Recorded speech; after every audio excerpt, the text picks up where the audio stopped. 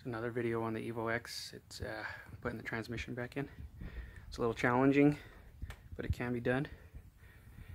And there's a number of ways you can do it depending on what you have. Me, luckily, I had an engine lift, made it a lot easier, but it can be done without it.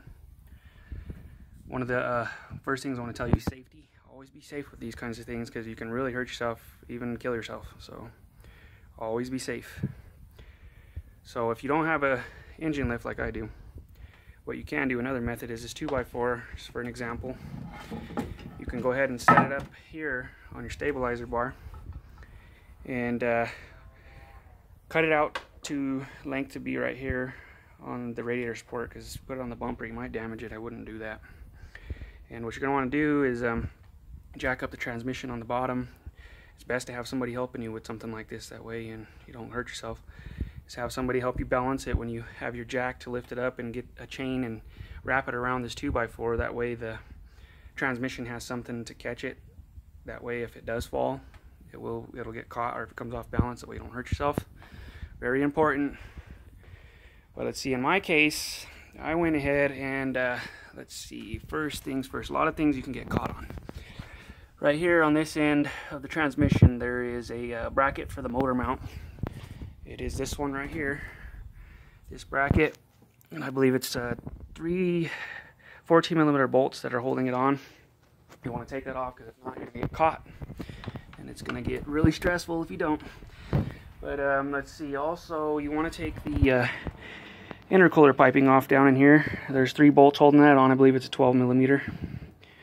And then also when you're lifting the transmission through here, there is a water line for the coolant right here. You don't want to damage that. Be careful, because there is some ridges on this transmission that could damage it if you don't pay attention. So I went ahead with the transfer case.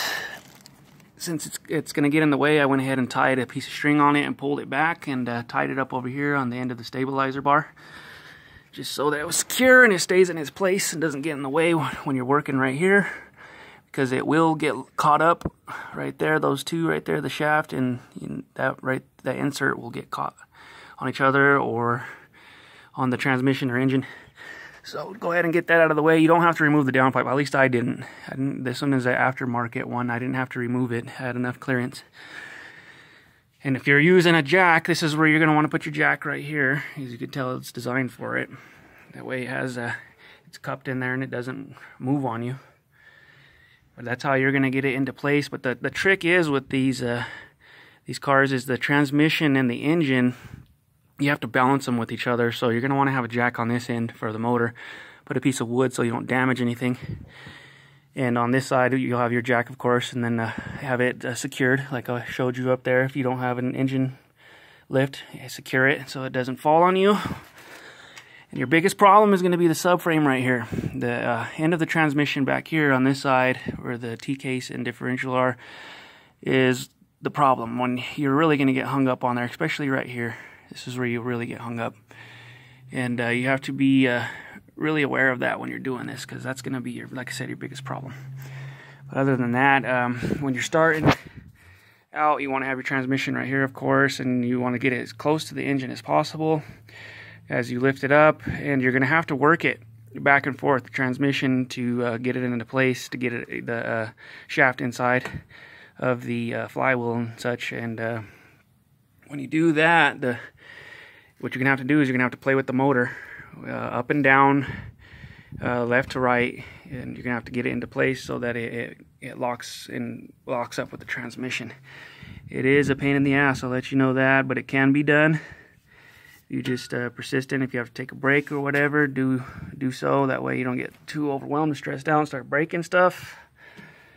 But yeah, just keep playing with it, working together, and you'll get it eventually. And just make sure that you're always checking, your transmission to make sure it's not getting caught on anything, because it gets caught right. It can get caught back there. It can get caught over here, right in here. There's a piece right there that it likes to get caught on too. That's why you have to remove that bracket for the motor mount right there. The tranny mount. I'm sorry, the tranny mount. And if you can do all that, then slowly just start to work it in there, and eventually you'll get it, and then you'll get to a point you can use this too to kind of twist and turn it so that you can line up the dowels in here. You want to line up those dowels, and once you get to a point, you'll know those dowels are lined up, and then you can start to put the bolts in. What I had to do to get the motor to line up correctly with the transmission is I had to put this block on the motor and the transfer case. It's kind of hard to see from this angle, I'm sorry. The transfer case. I went ahead and put the wood block on the transfer case and the oil pan at the same time, and I lifted it, and as I did that, it gave me a lot more control of the engine and the transfer case itself, so that it was able to line up. See, and I'm right there now. I just gotta do a couple more things and I can get it into position, but it's right there. That's a big important part right there, is making sure that you get them lined up with each other so that when the transmission and engine are together, that transfer case gets lined up too. Once you do that, you can get some bolts put in like I did here. I got 2 right there already set, 14 millimeter. That way I could start to close it up as I tighten these, balancing it out on each end, not tightening one all the way, but tightening this one a little bit up top, tighten that one a little bit, and same thing with these. You don't want to cross thread these. It's very important that you pay attention to how you're doing this, because you could ruin one of these bolts and it's not going to be good for you. So what you're going to want to do for that, what I had to do is I had to play with the jack a little bit to get the engine in its position, and then I had to play with the engine host, or I'm sorry, the engine lift at the same time to lift the tranny up. Back and forth, and eventually it lined up enough to where I can get these bolts in, and you'll know because you won't have to fight these bolts to go in. Once they're lined up in the way they're supposed to be, see, they'll start to turn real easy. If you can't turn them with your finger like that, then they're not lined up right, and that means that you're probably going to cross thread it, which is not what you want to do. But once you do that, like I said, you can start tightening these up, and gradually the transmission and the engine will start to close up, and you'll get them into their position. And you should be good from there, and then everything else, just putting it all back together. Hopefully this video helps you. Good luck.